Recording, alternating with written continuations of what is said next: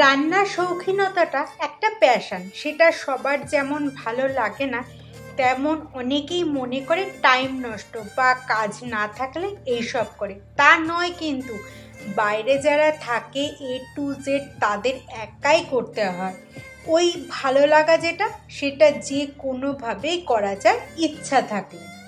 আজকে বানাবো কড়াই মাশরুম। জানি না তোমরা কতটা মাশরুম পছন্দ করো, তবে আমার মাশরুম খেতে ভীষণ ভালো লাগে। মাশরুম দিয়ে অমলেট, মাশরুম দিয়ে চিকেন, মাশরুম কষা, সব কিছুই আমার কাছে সুপারহিট।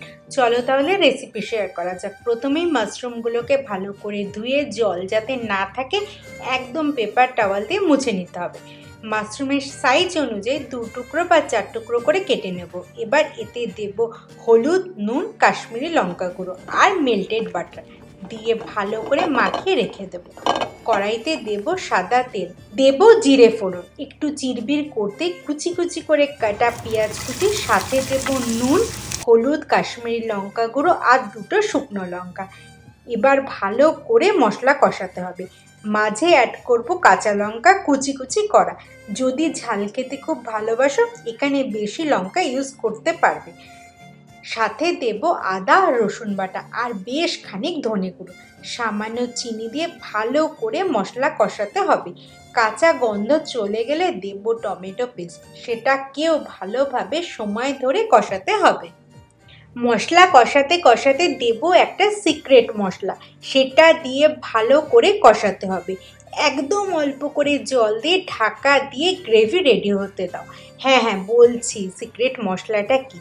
তাতে আছে ধনে, অল্প জিরে, সামান্য মৌরি, গোলমরিচ, 2টো এলাচ আর লবঙ্গ। একটু নুন দিয়ে হালকা রোস্ট করে গুঁড়ো করে নিলেই হবে। এবার গ্রেভি রেডি। দেব ওই মশলা মাখানো মাশরুমগুলো ঢেলে ভালো করে মশলার সাথে মিশিয়ে 2-3 মিনিট হতে দাও। দেখবে জল বেরোচ্ছে। ঢাকনা খুলে ভালো করে মিশিয়ে সেমি গ্রেভি যখন হবে তখন দেব বেশ কয়েকটা পেঁয়াজের পাপড়ি আর ধনেপাতা কুচি আর কয়েকটা অল্প করে কসুরি মেথি ছড়ি ভালো করে মিশিয়ে নেব। এবার গ্যাস বন্ধ করে দাও। ওপর থেকে লেবুর রস আর 1 টুকরো বাটার দিয়ে ঢাকা দিয়ে দাও 2 মিনিটের জন্য। তারপর ঢাকা খুলে পরিবেশন করো। আমরা আজকে খেয়েছি বাঙালি মিষ্টি মিষ্টি ফ্রাইড রাইসের সাথে। তোমাদের রান্নাটা কেমন লাগলো জানিও। কেউ বানালে ছবি শেয়ার করতে ভুললে চলবে না কিন্তু। আর কেমন লাগলো সেটাও জানাবে বানিয়ে খেয়ে। চলো তাহলে, কথা বলতে বলতে রান্নাও হয়ে গেল। এবার তাহলে খাবার পরিবেশন করে ফেলি। এটা কিন্তু পরোটা বা রুটি দিয়ে খেতেও খুব ভালো লাগে। খাবার প্লেটেও তোলা রেডি, বসে যাই এবার টেবিলে। চলো তাহলে আজ আসি, আবার দেখা হবে নেক্সট দিন।